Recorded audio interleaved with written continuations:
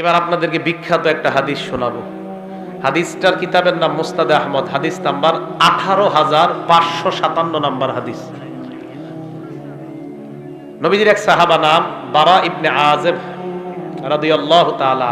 নবীজির এক সাহাবা নাম বারা ইবনে আযিব রাদিয়াল্লাহু তাআলা। এই বারা ইবনে আযিব নবীর এক সাহাবা। উনি বলেন, খরজনা মা রাসূলিল্লাহি সাল্লাল্লাহু আলাইহি ওয়াসাল্লাম ফি জানাজাতি রাজুলিন মিনাল আনসার। হাদিসটা দিল লাগায় শুনেন, আগে বুঝেন। আপনারা উত্তর পাড়ার মানুষ দক্ষিণ পাড়া এক ব্যক্তির জানাজায় যাবেন। উত্তর পাড়ার মানুষ দক্ষিণ পাড়া জানাজায় যাবেন। তো জানাজায় আপনারা রওনা করছেন। জানাজায় যার জানাজা পড়বেন তার জানাজায় যাওয়ার আগে দেখছেন বাঁশ তলার মধ্যে তার কবরটা খোঁড়া হয়েছে। এরকম হতে পারে না? মানে তাকে এখনো কবরে দেওয়া হয় নাই, এর আগে আপনারা তার কবরের সামনে দিয়ে তার জানাজায় যাইতেছেন। এরকম হতে পারে কিনা? নবীজি বলে, নবীজির সাহাবা বারা ইবনে আযিব বলেন, আমরা নবীজির সাথে বের হইলাম। বের হওয়ার পর এক আনসারী সাহাবার জানাজা পড়ার জন্য রওনা করলাম। রওনা করার পর আমরা যাইতে যাইতে আনসারী সাহাবার জানাজায় যাওয়ার আগে তার কবরের সামনে দিয়ে আমরা যাইতে লাগলাম।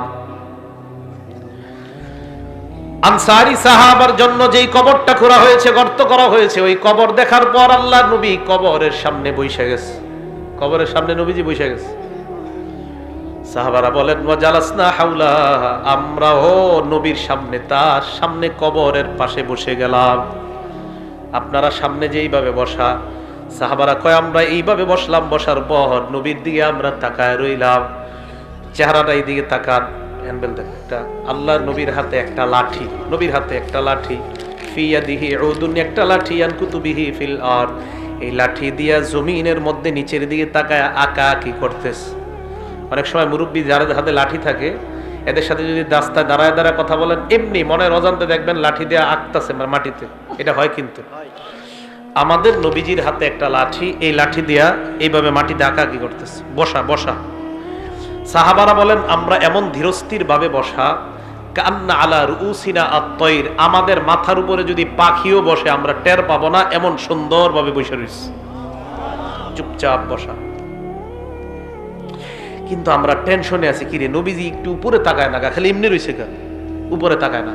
এইভাবে উপরে তাকায় না। সাহাবা বলেন, ফারাফা রাসাহু, হঠাৎ আল্লাহর নবী উপরে মাথা উঠাইলেন। আমরা নবীর দিকে এক দৃষ্টিতে এইভাবে তাকায় রইলাম। মাথা উঠানোর পর কবরের দিকে আল্লাহর নবী তাকাইলেন। তাকায় বললেন, এ সাহাবাদের দল,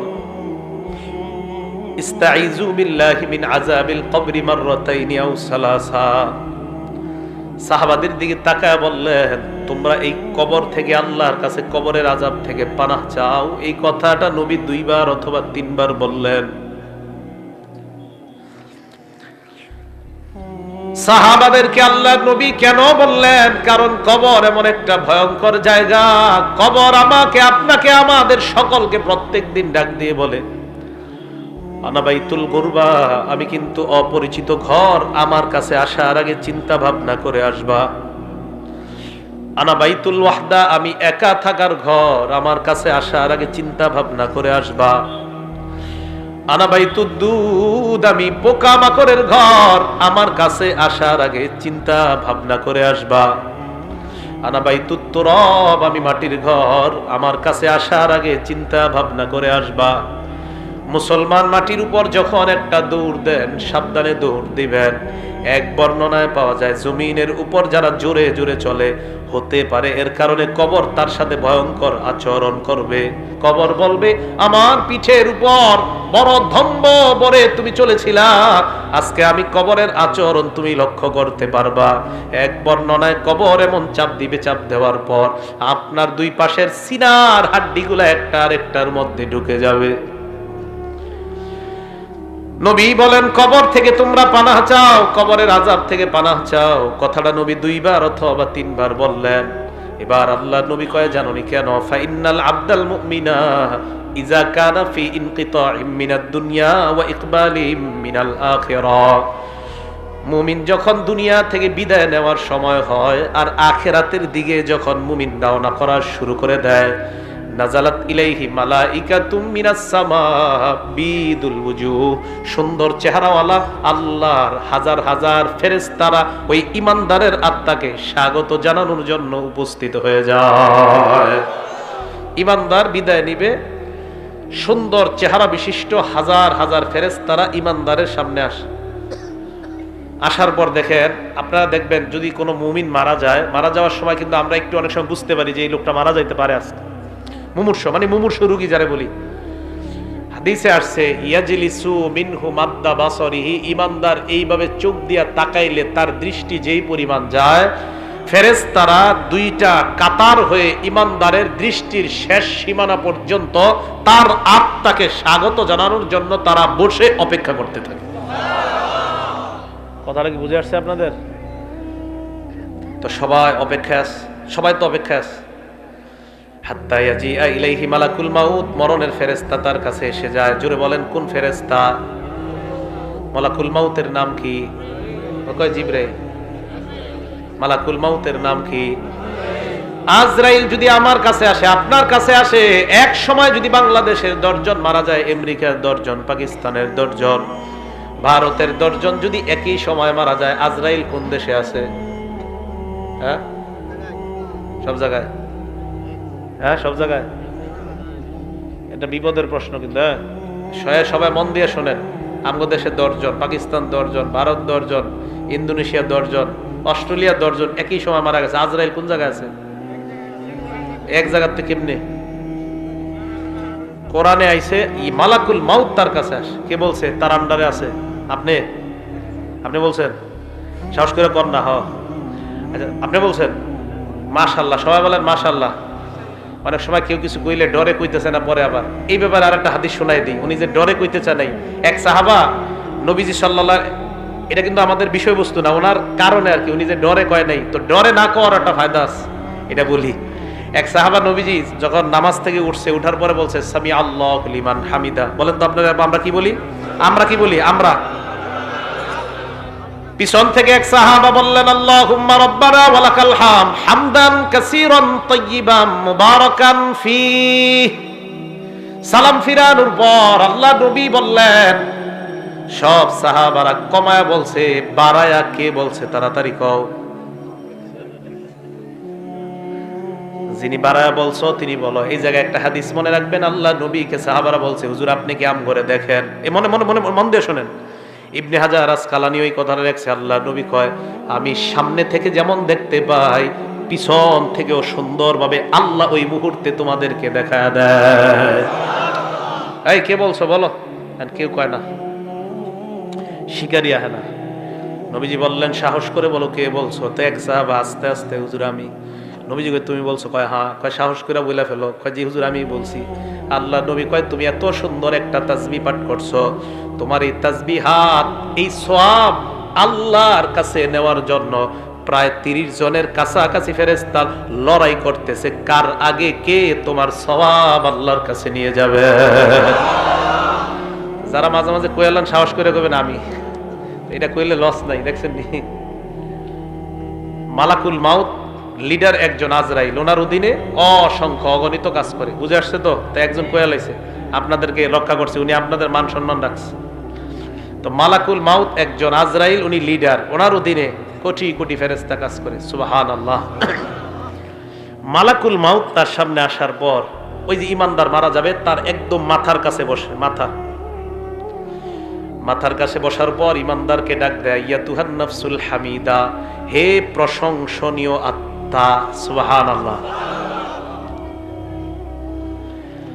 উখরুজি, তুমি বের হও, ইলা রব্বিন রাদিন আনকি গায়রি গদবান, তুমি এমন রবের দিকে বের হও যে রব তোমার উপর সন্তুষ্ট, তিনি তোমার উপর অসন্তুষ্ট না। তাড়াতাড়ি তুমি বের হও। হাদিসে আসছে ইলা রব্বিন রাদিন আনকি গায়রি গদবান ওয়া মাগফিরাতিম মিনাল্লাহ। ওই নফসটাকে মালাকুল মাউত বের করতে করতে কয় সুসংবাদ নিয়ে নাও, আল্লাহ তোমার জিন্দেগীর সব গুনাহগুলো মাফ করে দিয়েছেন। আসো আসো। ইমানদারের আত্মাটা যখন বের করার পর মালাকুল মাউত আত্মাটা তার হাতের মধ্যে চোখের পলক পরিমাণও রাখতে পারে না।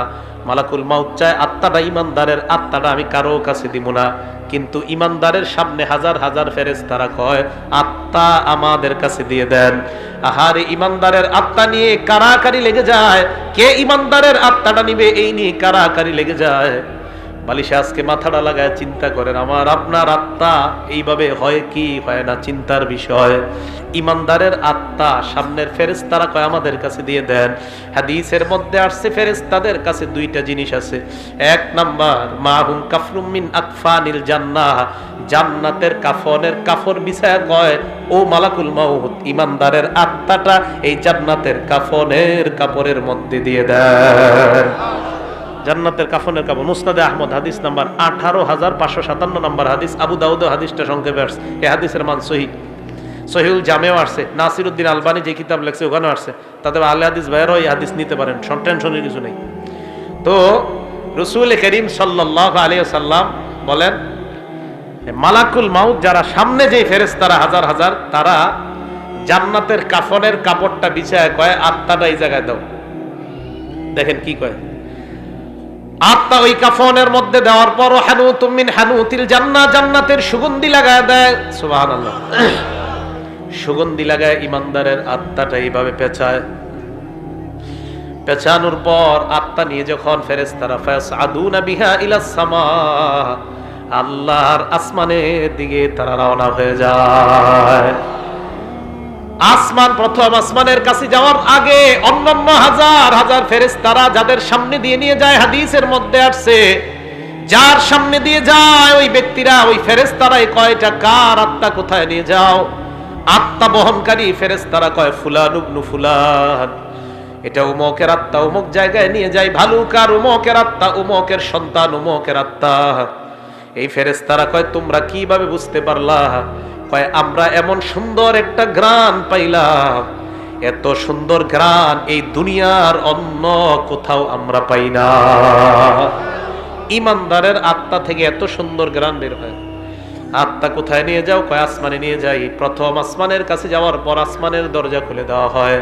প্রথম আসমানের ফেরেশতারা, হাদিসের মধ্যে আল্লাহ নবী বলেন যত ফেরেশতাদের সামনে দিয়ে আত্মাটা যায়, প্রত্যেক ফেরেশতা স্বাগত জানাইতে জানাইতে আত্মা উপরের দিকে পাঠায় দেয়। 2 নাম্বার আসমান, 3 নাম্বার আসমান, এইভাবে 7 আসমানের উপর আত্মা যখন চলে যায়, আল্লাহ পাক রব্বুল আলামিন বলে ফেরেশতাদের দল এবার থাম, আর আত্মা উপরে উঠানোর কোনো প্রয়োজন নাই। আল্লাহ তখন বলে উকতুবু কিতাব আব্দি ফি ইল্লিয়িন, আমার বান্দার আমলনামা ইল্লিয়িনের মধ্যে তোমরা লিপিবদ্ধ করে দাও। ইল্লিয়িন একটা সুন্দর জগতের নাম। আমার বান্দার আমলনামা এই জগতের মধ্যে তোমরা লিপিবদ্ধ করে আমার বান্দাকে জান্নাতি ঘোষণা দিয়ে দাও। ইল্লিয়িনের মধ্যে আমলনামা দেওয়ার পর ভালো করে শুনবেন, ইমানদারের আত্মা 7 আসমানের উপর, আমরা দেহটাকে বাসতলায় নিয়ে দাফন করতেছি, ঠিক না? আমরা জানাজা দিলাম, জানাজা দেওয়ার পর যখন আত্মাটা আমরা নিয়ে যাই, দেহটা এক বর্ণনায় আসছে ইমানদারের দেহ কবরে নেওয়া পর্যন্ত হাজার হাজার ফেরেশতারা কবর পর্যন্ত তাকে স্বাগত জানাইতে জানাইতে কবরের কাছে নিয়ে যায়। ইমানদারের আত্মা আমরা দাফন করলাম, দেহ দাফন করলাম, আত্মা আসমানের উপর। আল্লাহ পাক রব্বুল আলামিন বলে ফেরেশতাদের দল আমার বান্দার আত্মাটা কবরের মধ্যে তার দেহের মধ্যে ঢুকিয়ে দাও। ইমানদারের দেহের মধ্যে আত্মা ঢুকিয়ে দেওয়ার পর ফায়াতিয়ানিহি মালাকান, 2 জন ফেরেশতা ইমানদারের কাছে উপস্থিত হয়ে যায়। উপস্থিত হওয়ার পর ফায়ুজিলিসানিহি, তারে বসায়। বসানোর পর ফায়াসআলানিহি, তাকে প্রশ্ন করে। 1 নাম্বার মার রব্বুকা, তোমার রবকে জবাব দাও। ওই বান্দা জবাব দেয় রব্বি আল্লাহ, চিল্লায় বলেন আমাদের রব কে। এই কথার উপর অটল থাকতে হবে, কিন্তু এই কথার উপর কি থাকতে হবে? অটল কেন থাকতে হবে? সূরা হামিম আস-সাজদা 24 নাম্বার পারা 19 নাম্বার পৃষ্ঠা, সূরা হামিম আস-সাজদা আয়াত নাম্বার 30। এই সূরাটাকে সূরা ফুসসিলাত বলা হয়। আল্লাহ বলেন ইন্নাল্লাযীনা ক্বালু রাব্বুনাল্লাহ, নিশ্চয়ই যারা বলে আমাদের রব আল্লাহ, নিশ্চয়ই যারা বলে আমাদের রব আল্লাহ, সুম্মাস্তাকামু, এই কথার উপর অটল থাকে। জোরে বলেন কি থাকে? আওয়াজ দিয়ে বলেন আমাদের রব কে? আল্লাহ। রূহের জগতে আল্লাহ আমাকে আপনাকে আমাদেরকে প্রশ্ন করছে আলাস্তু বিরাব্বিকুম, আমি কি তোমাদের রব না? কাফের বেঈমান নবী ওলি সবার আত্মা জবাব দিয়ে বলছে আল্লাহ আপনি আমাদের রব। বেঈমানরাও বলছে আপনি আমাদের রব, ইমানদাররাও বলছে আপনি আমাদের রব, নবী ওলি ওলামায়ে কেরাম সাধারণরাও বলছে আপনি আমাদের রব। এবার আসেন, আল্লাহ বলছে আমি কি তোমাদের রব না? এই কথার অর্থ হলো 6টা। জোরে বলেন কয়টা? 1 নাম্বার, আমি কি তোমার ব্যক্তি জীবনের রব না? 2 নাম্বার, আমি কি তোমার পারিবারিক জীবনের রব না? 3 নাম্বার, আমি কি তোমার সামাজিক জীবনের রব না? 4 নাম্বার, আমি কি তোমার অর্থনৈতিক জীবনের রব না? 5 নাম্বার, আমি কি তোমার রাষ্ট্রীয় জীবনের রব না? 6 নাম্বার, আমি কি তোমার আন্তর্জাতিক জীবনের রব না? 1 নাম্বার, আমি তোমার ব্যক্তি জীবনের রব কিনা? আমি বলছি আল্লাহ আপনি আমার ব্যক্তি জীবনের রব। তাহলে ব্যক্তি জীবনে তুমি নামাজ কায়েম যদি করো, হক ভাবে চলো, তাহলে ব্যক্তি জীবনে আমাকে তুমি রক্ষা করলা। তুমি তোমার পারিবারিক জীবনে আমাকে রব মানেছো কিনা? হ্যাঁ মাবুদ, আপনাকে আমি পারিবারিক জীবনে রব মানলাম। তোমার বিবি বেপরদায় চলে কেন? মাবুদ, আমি আমার বিবিকে বেপরদায় চালাই না, বিবি উল্টা পাল্টা নিজের থেকেই চলে, তাহলে সমস্যা নাই। আর যদি বলেন বিবি আমার আশকারায় পর্দা করে না, আল্লাহ বলবেন তাহলে তুমি পারিবারিক জীবনে আমাকে রব মানো নাই। আপনি আপনার বিবিকে নামাজি বানাইতে পারেন না, আপনার ছেলেকে নামাজ পড়তে বলেন না, মেয়েকে নামাজ পড়তে বলেন না, তার মানে পারিবারিক জীবনে আল্লাহর রব মানেন নাই। 3 নাম্বার, সামাজিক জীবনে রব। সমাজের কয়টা মানুষের দাওয়াত দিছেন? নামাজের দাওয়াত দিছেন কয়টা? সৌদি আরবের হুজুরে আর খুঁজা ফতুয়া পায় না, তাবলিগওয়ালা করে বিরুদ্ধে ফতুয়া দিছে। তাস খেলা, জুয়া খেলা, মদ বার হয়। সৌদি আরবে হালাল জুয়াখানা খুলছে। কি জুয়াখানা? নাম দিছে হালাল জুয়াখানা। তাস খেলা হয়, মদ হয়, জুয়া হয়। আর আমাদের দেশে রিয়ালখোর হুজুররা কয় খুব ভালো কাজ করেছে, অথচ তাস খেলা, জুয়া খেলা, গানের বিরুদ্ধে কথা কয় না। বুঝতে হবে এই রিয়ালখোর হুজুর যারা, এগুলারে সময়ে সময়ে চেনা যায় এরা আসলে হুজুর না, এরা ইসলামের লেবাসদারি মুনাফিক মার্কা শয়তান। সৌদি আরব আর কিছু খুঁজা পায় না, ফতুয়া দিয়ে দিল তাবলিগওয়ালারা ঠিক না। মায়েরা মানুষের পায়ে দৈরা দৈরা মসজিদে আনে, এরা ঠিক না। কি ঠিক? তাস খেলা ঠিক, জুয়া খেলা ঠিক। সৌদি আরবের এই সমস্ত ফতুয়া গনার টাইম নেই আমাদের, এদের গনার টাইমই নেই। আপনারা চিন্তা করেন না, আমাদের দেশে ওলামায়ে কেরাম এমন আছে যারা ওই দেশে আলেমদেরকে গনাই ধরে না, বসতে বলেন এদেরকে গনাই পাত্তাই দেয় না, এইগুলা গনার মধ্যেই নেই। এরা ফতুয়া দেয়, কয় তাবলিগওয়ালারা ঠিক না, বেহক, এই হক। বই আবার টাস খেলবার ফতুয়া দিবা, তুমি ওই টাস খেলুন না ফতুয়া মার্কা আমাদের ওলামায়ে কেরাম। আর আমাদের দেশের মুসলমান কেন, সারা পৃথিবীর মুসলমানরা ওই টাস খেলা মার্কা হুজুরদের ফতুয়া গ্রহণ করবে না, ফতুয়া আর খুঁজে পায় না। তাবলিগওয়ালারা খারাপ। তো 3 নাম্বার, সামাজিক জীবনের রব। মানুষের দৈরা দৈরা নামাজ আনে, এইটা ভাল লাগে না। 4 নাম্বার, অর্থনৈতিক জীবনে রব কে বলেন? তাহলে সুদ খান কেন? অর্থনৈতিক জীবনে যদি রব হয় আল্লাহ, তাহলে সুদের কারবার কেন করো? 5 নাম্বার, রাষ্ট্রীয় জীবনে রব কে বলেন? তাহলে রাষ্ট্রীয়ভাবে ইসলামের কোন মিছিল ডাক দিলে যাওয়ার জন্য সবাই রাজি আছেন কিনা? আন্তর্জাতিক জীবনে রব কে বলেন? আন্তর্জাতিকভাবে যদি আল্লাহ বা নবী অথবা ইসলামকে অপমান করা হয়, বাংলাদেশের মুসলমানরা মুসলমান হিসাবে আমরা প্রতিবাদ সর্বস্তরে জানাইতে রাজি আছি না? এটাই হবে 6 জীবনে রব মানা। মনে থাকবে তো? তো আল্লাহরে বলছি আল্লাহ আপনি আমাদের রব। এবার আসেন সূরা হামিম আস-সাজদা 30 নম্বর আয়াতে, নিশ্চয়ই যারা বলে আমাদের রব কে, কয় জীবনে? এই তো মাশাআল্লাহ, বলেন নিশ্চয়ই যারা বলে আমাদের রব কে, কয় জীবনে? কবরের মধ্যে প্রশ্ন করবে তোমার রব কে, ওই ব্যক্তি জবাব দিবে আমার রব হলেন আল্লাহ। 2 নাম্বার, ওমা দীনুকা, তোমার ধর্ম কি? জবাব দিবে দীনিয়াল ইসলাম, আমার ধর্ম হলো ইসলাম। 3 নাম্বার প্রশ্ন করবে ওয়ামান হাদার রাজুলুল্লাযী বুইসা ফীকুম, এই মানুষটাকে চেনো যাকে তোমাদের মাঝে প্রেরণ করা হয়েছে? জবাব দিবে হাজা নাবিয়ুনা মুহাম্মাদুন সাল্লাল্লাহু আলাইহি ওয়াসাল্লাম, উনি আমাদের নবী মুহাম্মদ সাল্লাল্লাহু আলাইহি ওয়াসাল্লাম। এই প্রশ্নের 3টা জবাব দেওয়ার পর ফেরেশতারা বলবে কিভাবে তুমি এই প্রশ্নের জবাব জানতে পারলা? ওই ব্যক্তি জবাব দিবে করাতু কিতাবাল্লাহ, দুনিয়ার মধ্যে আল্লাহর কালাম পড়েছিলাম, না পড়লে পারলেও উলামায়ে কেরামের কাছে গিয়েছিলাম, মাহফিলে তাফসীরে গিয়েছিলাম, উলামাদের সোহবতে থাইকা প্রশ্ন 3টার উত্তর আমরা জেনে নিয়েছি আল্লাহ। ও ফেরেশতারা, এইভাবে দুনিয়ার মধ্য থেকে প্রশ্ন তিনটা যাই না কবরের মধ্যে আসলাম, ফেরেশতাদের সাথে ওই বান্দার কথোপকথনের পর্যায়ে আল্লাহ ডাক দিয়ে বলবে, এ ফেরেশতারা থাম। সুবহানাল্লাহ, এই থাম থাম, আন সাদাকা আব্দি, আর প্রশ্ন করার দরকার নাই, আমার বান্দা যা বলছে আমি আল্লাহ তাকে সত্যায়ন করে দিলাম। হ্যাঁ, আমি সত্যায়ন করে দিছি। আল্লাহ সত্যায়ন করলে আর কিছু লাগবে? এবার দেখেন সত্যায়ন করার পর আল্লাহ কি কয় দেখেন, আহারে আমি আপনি আমরা আমাদের আব্বা আমাদের দাদা মারা গেলে, হ্যাঁ আমি আমার আব্বারে দাফন করছি, মনে আছে ডিসেম্বরের 5 তারিখ 9টা বাজে, ডিসেম্বরের 4 তারিখ মারা গেছে, 5 তারিখ 9টার দিকে দাফন করছি। কবরে নাইমা মাটিটা আমি হাত দিয়ে ওই দিন দেখছিলাম প্রচন্ড ঠান্ডা, দেখছিলাম অনেক ঠান্ডা অনেক ঠান্ডা।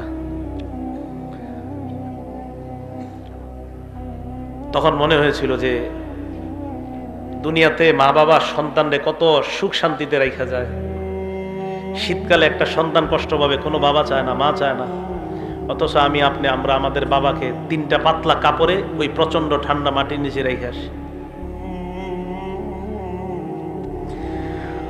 আমি আপনি আজকে মারা গেলে আমার আপনার সাথে এলাকাবাসী এটাই করবে, এটাই চূড়ান্ত সত্য কথা।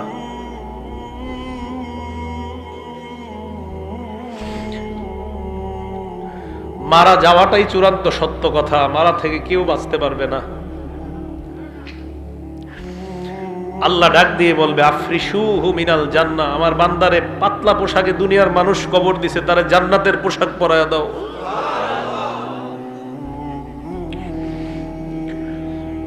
কে জানে আমার আপনার নসিবে এই পোশাক আছে কিনা।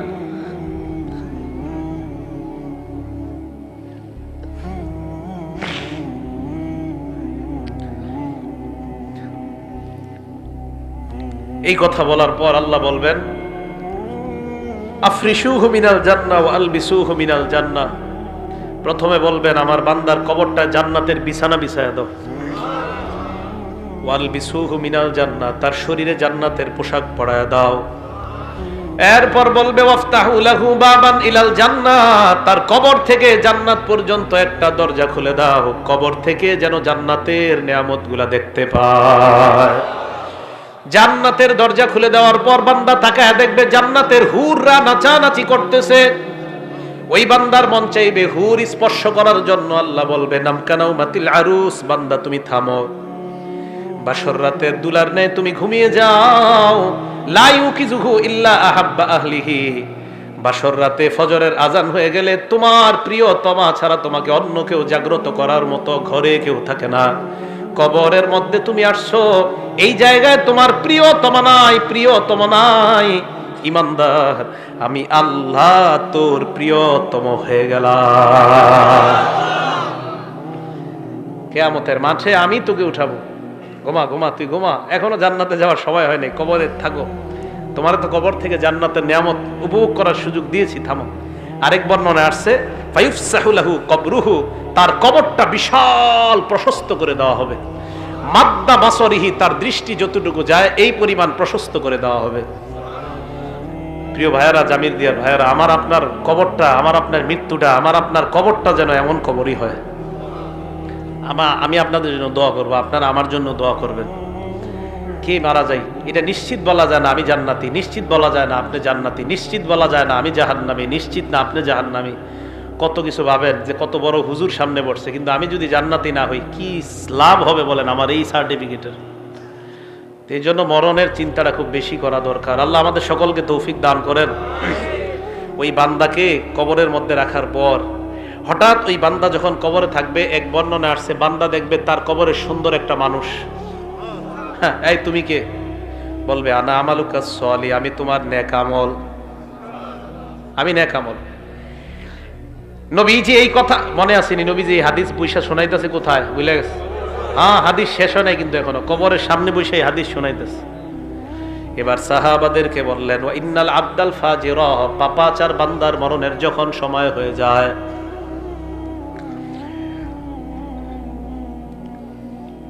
ইজা কানা ফি ইনকিতাইম মিনাদ দুনিয়া ওয়া ইকবালিম মিনাল আখিরা, পাপাচার বান্দা যখন দুনিয়া থেকে বিদায় নেওয়ার সময় হয়, নাযালাত ইলাইহি মালাইকাতুম মিনাস সামা সুদুল ওয়ুজুহ, ফেরেশতাদের চেহারাগুলা হবে বড় ভয়ঙ্কর, কালাকৃতি বিশিষ্ট হাজার হাজার ফেরেশতারা তার সামনে আসবে। ইমানদারের মতো তার চোখের দৃষ্টি যতটুকু যায়, ওই ফেরেশতারাও সালার একটা বস্তা নিয়ে, সালার চটনিয়া তার সামনে আসবে। হাদিসে আসছে মাহুমুল মাসুহ, এইগুলা নিয়ে তার সামনে উপস্থিত হওয়ার পর ওই বান্দার সামনে ইয়াজিয়া ইলাইহি মালাকুল মাউত হাত্তা ইয়াজিআ ইলাইহি মালাকুল মাউত, মরণের ফেরেশতা আসবে। আসার পর তার মাথার কাছে বসবে, বসার পর বলবে আইয়াতুহান নাফসুল খাবিসা, হে খারাপ আত্মা উখরুজি, তুই বের হ। ইমানদারের কথাটা ভুল হয়ে গেছে একটা জায়গায়, একটু ভুল মানে ভুলে একটু জায়গা বলি নাই। ইমানদারের আত্মাটা যখন বের হবে, আমি আপনাদেরকে দৃশ্যটা দেখাই। ইমানদারের আত্মা বের হবে কিভাবে দেখেন, হাদিসে নবীজি দেখাই দিচ্ছে। এই যে এইভাবে তাকান, এদিকে তাকান সবাই, দেখেন পানি পড়তেছে না, এই শেষে ফোঁটাগুলো পড়তেছে না শেষে। নবীজি বলেন তাসিলু কামা তাসিলুল কাতরাতু মিন ফিস সিকা, একটা পাত্রের শেষের দিকের ফোঁটাগুলা যেমন আস্তে আস্তে সুন্দর মতো পড়ে, ইমানদারের আত্মাটা এইভাবে সুন্দর মতো তার থেকে বের করে নেওয়া হয়। হাদিসে এবার আল্লাহ নবী বলেন পাপাচার বান্দার সামনে যখন ফেরেশতা আসবে, আসার পর তাকে বলবে হে খারাপ আত্মা, তুই বের হ। খারাপ আত্মাটা যখন বের হবে, বর্ণনার মধ্যে আসছে লোহা ভিজা রুইয়ের মধ্যে যদি আপনি লোহা ঢুকান, ওই ভিজা রুইগুলা থেকে লোহাটা বের করা অনেক কষ্টকর। ভিজা রুই থেকে লোহাটা বের করা কষ্টকর। অথবা তাকান, আমার আপনার পশমের গোড়ায় গোড়ায় যদি কাঁটা দিয়ে আঘাত করা হয়, যেমন কষ্ট হয় লোহা, ওই রুই থেকে তুলা থেকে বের করা যেমন কষ্ট হয়, আরে পাপাচারের আত্মাটা এইভাবে কষ্ট দিতে দিতে তার থেকে বের করা হয়। আল্লাহ আমাদেরকে আপনি সুন্দর মৃত্যু দিয়েন, আল্লাহ আমাদেরকে আপনি সুন্দর মৃত্যু দিয়েন। জুমার দিন নামাজরত অবস্থায় সিজদার মধ্যে আল্লাহ ইমানি হালাতে কপালটা ঘরমুক্ত অবস্থায় যেন আমরা দুনিয়া থেকে বিদায় নিতে পারি, আল্লাহ তৌফিক দান করেন। পাপাচার বান্দার আত্মাটা মালাকুল মাউতের হাতে আসার পর, ওই মালাকুল মাউত আত্মাটা নিয়ে রাখার পর সামনের ফেরেশতারা কয় এটা তাড়াতাড়ি সালার বস্তায় ঢুকাও, গন্ধে টিকতেছি না।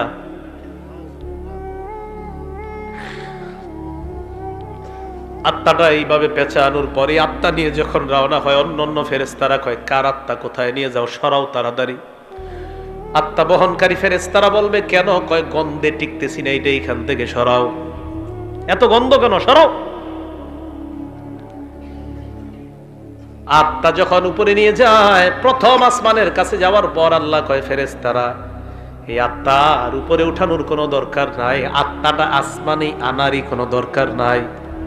উক্তুবু কিতাব আবদি ফি সিজ্জিন, আমার বান্দার আমল নামা সিজ্জিন নামক জায়গার মধ্যে লিপিবদ্ধ করে দাও। চিল্লায়া বলেন নাউজুবিল্লাহ।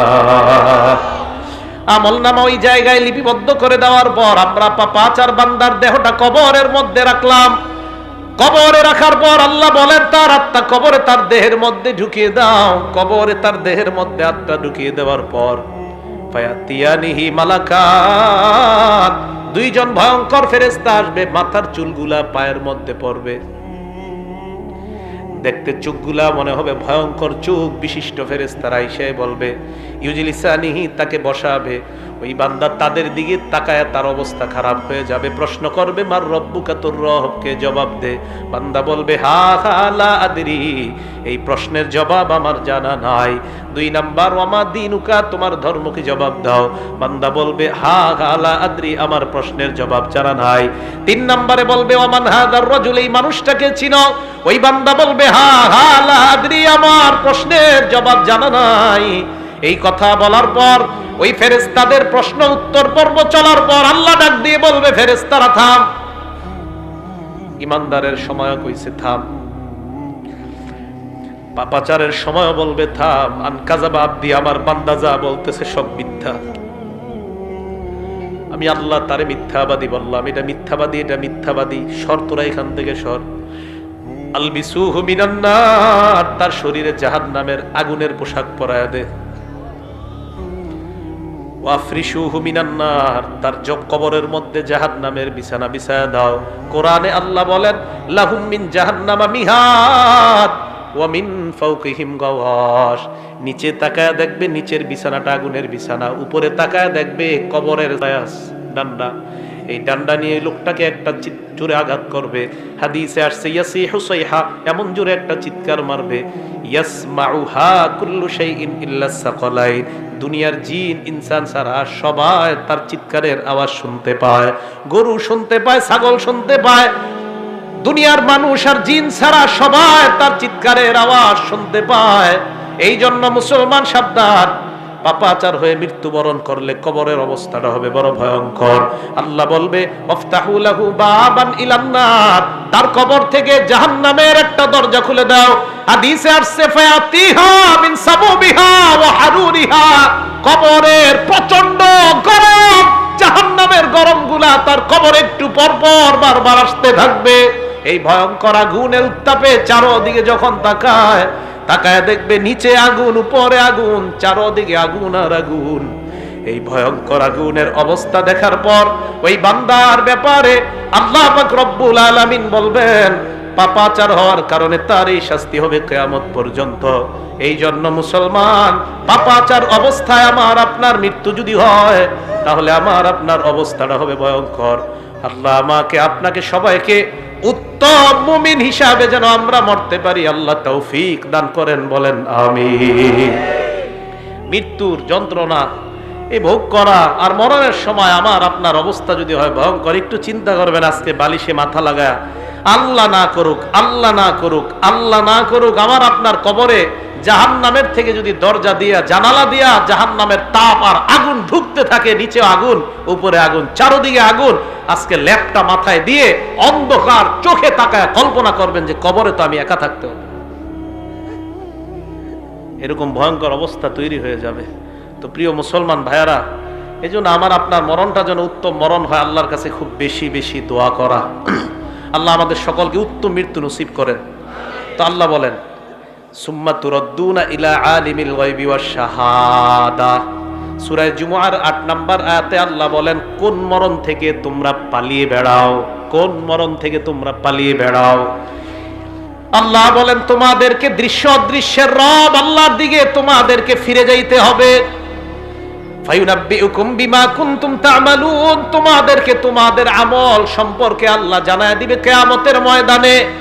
হাফেজ সাহেবরা 15 নম্বর পারার 2 নম্বর পৃষ্ঠাটা খুলবেন, খোলার পর আল্লাহ আপনার আমলনামাটা দিয়ে বলবে ইকরা কিতাবাক, হে বান্দা নে তুই তোর আমলনামা পড় পড় পড়। কাফা বিনাফসিকাল ইয়াউমা আলাইকা হাসিবা, আজকে হিসাবের জন্য তুই যথেষ্ট, তুই তোর আমলনামা পড়। ওই বান্দা আমলনামা খুলবে, খোলার পর 15 নম্বর পারার 18 পৃষ্ঠায় দেখবেন 2 নম্বর লাইন থেকেই শুরু। ফাতারাল মুজরিমিন মুশফিকিনা ফিহি, অপরাধীরা এই দেখেন এইভাবে তাকাবে আমলনামার দিকে, বিশাল বড় বড় চক্ষু করে তাকাবে, তাকায় বলবে মালি হাজাল কিতাব, এটা আবার কেমন আমলনামা, লা ইউগাদিরু সগীরাতান ওয়ালা কাবীরাতান ইল্লা আহসাহা, এটা দিয়ে ছোট ছাড়ে নাই, বড় ছাড়ে নাই, আমি যত অপরাধ করলাম সমস্ত অপরাধ দেখি এই জায়গার মধ্যে লেখা। এই জন্য মনে রাখবেন আমার আপনার প্রত্যেক দিন আমার আপনার আমলনামা লেখার জন্য ফেরেশতা কাঁধের মধ্যে আছে। সূরা ইনফিতর 10, 11, 12 নম্বর আয়াতে আল্লাহ বলেন ইন্না আলাইকুম লাহাফিজিন, তোমাদের সাথে সংরক্ষণকারী ফেরেশতা আছে, কিরামান কাতিবিন, লেখক ফেরেশতারা, ইয়ালামুনা মা তাফআলুন, তোমরা যা করো তারা তা জানে। এবার আপনারা একটা আয়াত সারা জীবন উলামায়ে কেরাম সহ সবাই মনে রাখবেন।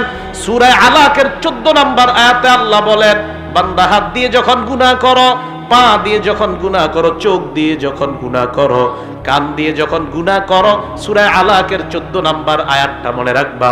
আল্লাহ কয় আলাম ইয়ালাম বিআন্নাল্লাহা ইয়ারা, এই বান্দা এই তুই কি করস, তুই জানোস না আমি তোরে দেখি, বলতেছ আল্লাহ বলতেছে এই তুই জানোস না আমি তোরে দেখি, এই যে হাত দিয়ে গুনাহ করতেছে, এই আলাম বিআলাম, এই সে কি জানে না? আল্লাহ কয় আরে তার কি হলো, সে কি জানে না? বিআন্নাল্লাহা ইয়ারা, আমি আল্লাহ তাকে দেখছি, সে কি জানে না? সে হাত দিয়ে কিভাবে গুনাহ করে, সে জানে না আমি তাকে দেখছি? সূরা কফের 26 নম্বর আয়াতে আল্লাহ বলেন ওয়ালাকাদ খালাকনাল ইনসান, আমি মানুষ বানাইছি, ওয়া না'লামু মা তুওয়াসওয়িসু বিহি নাফসু, মানুষের অন্তর কি কুমন্ত্রণা দেয় আমি জানি। আমার দিকে তাকান, এই যে আমি কথা বলতেছি আরিফ বিন হাবিব, আল্লাহ কয় আমি শুনি। এবার আমি মুখ বন্ধ রাখলাম, জিহ্বা দিয়ে বলতেছি, আল্লাহ কয় এটাও শুনি। মুখ বন্ধ, জিহ্বা বন্ধ, মনে মনে মনে মনে শুধু কল্পনা করছি, আল্লাহ কয় বান্দা এটাও শুনি। তুমি কি বলবা সব শুনি আমি। এজন্য আমার দিকে তাকান, আল্লাহ কয় ইয়ালামু খাইনাতাল আয়ুনি ওয়া মা তুখফিস সুদূর।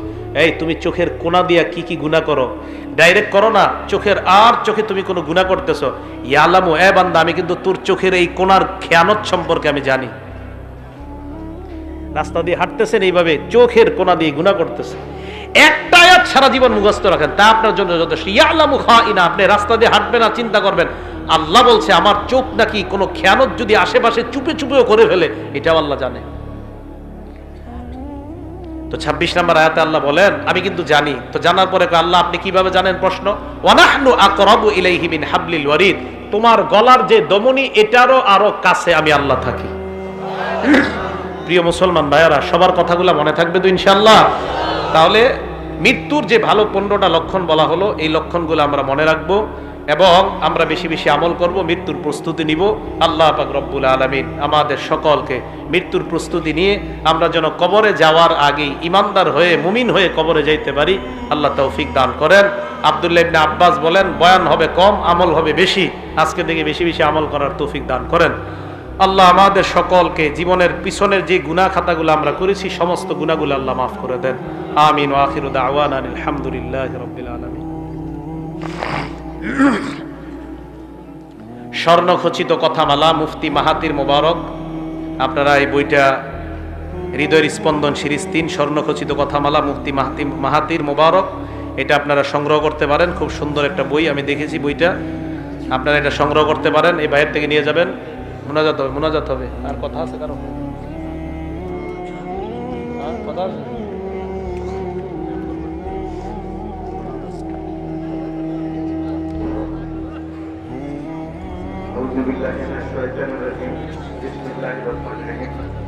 আসন্ন দর্শক ইউনিয়ন পরিষদ নির্বাচনে